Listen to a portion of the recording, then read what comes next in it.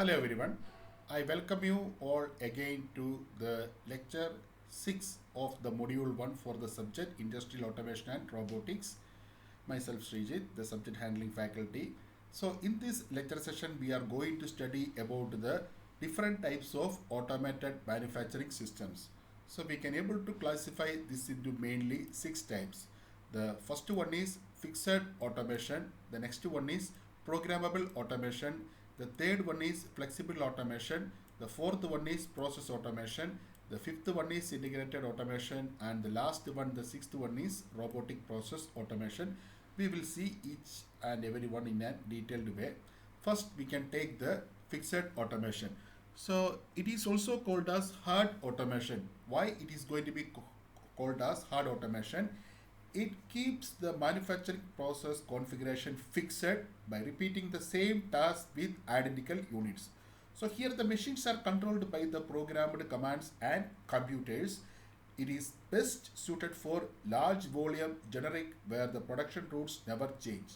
A classic example is soft drink factories producing the massive quantities of the identical units.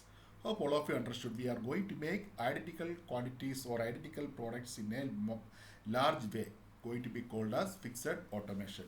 So the advantages are higher level of production outputs, low cost per unit produced, consistent quality, easy to trace production procedure, then limited maintenance requirement.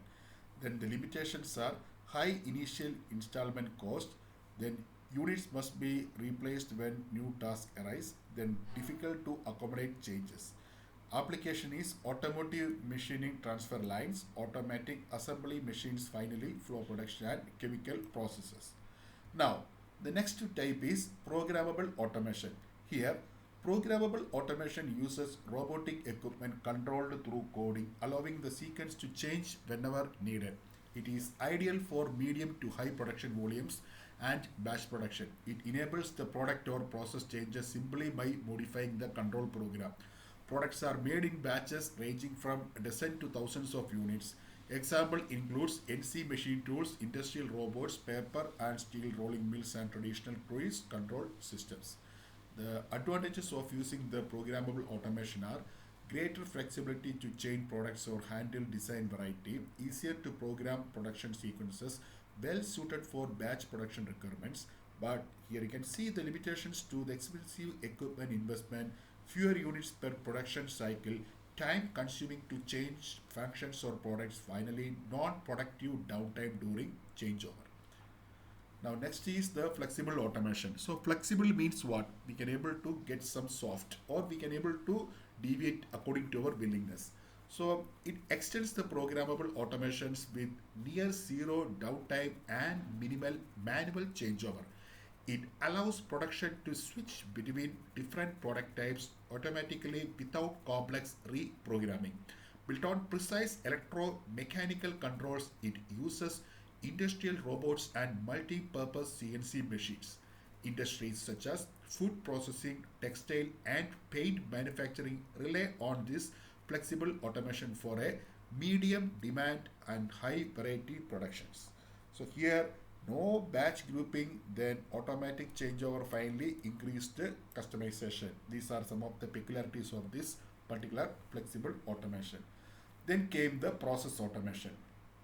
So process which is going to be using the technology to automate the manual through data and system integration by combining all other automation types into one connected framework. It manages business process for transparency and uniformity, increasing workflow efficiency. A typical process automation systems perform three core functions. The first one is automating the process, the next one is centralizing information, finally reducing human input.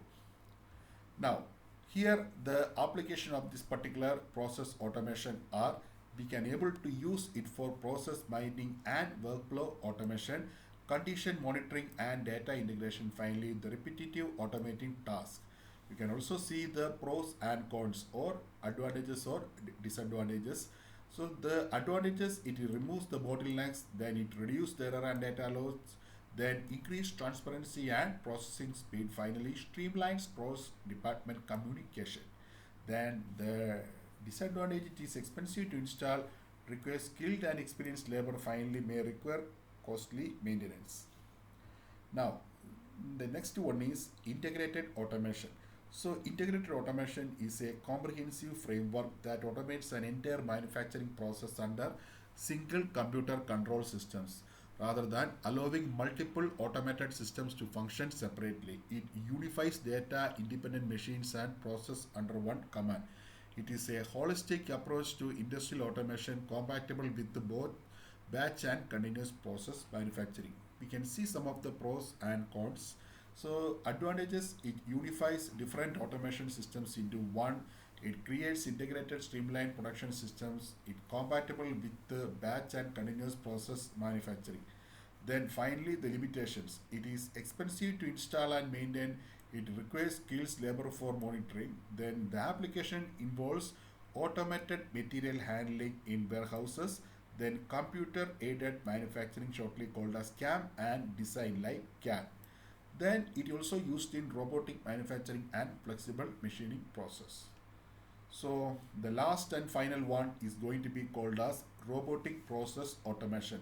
A lot of people will misunderstand whether this automation is using robots. No, you should not think like that. So here the robotic process automation uses software technology to build, deploy, and manage software robots that emulate human actions. So robots are programmed for rule-based tasks, extracting the data, arranging the products, processing transaction faster, more efficiently, and more consistently than humans. Unlike AI, RPA uses structured rule-based inputs and logic. Financial firms were the first adopters, but retail, healthcare, manufacturing, and warehousing now widely use this specific robot process automation. Next, we can see the pros and cons and applications. So the advantages includes it can reduce the labor cost, streamline workflows, increases the employees' engagement and productivity. Then non-invasive finally works with legacy systems lacking APIs or database access.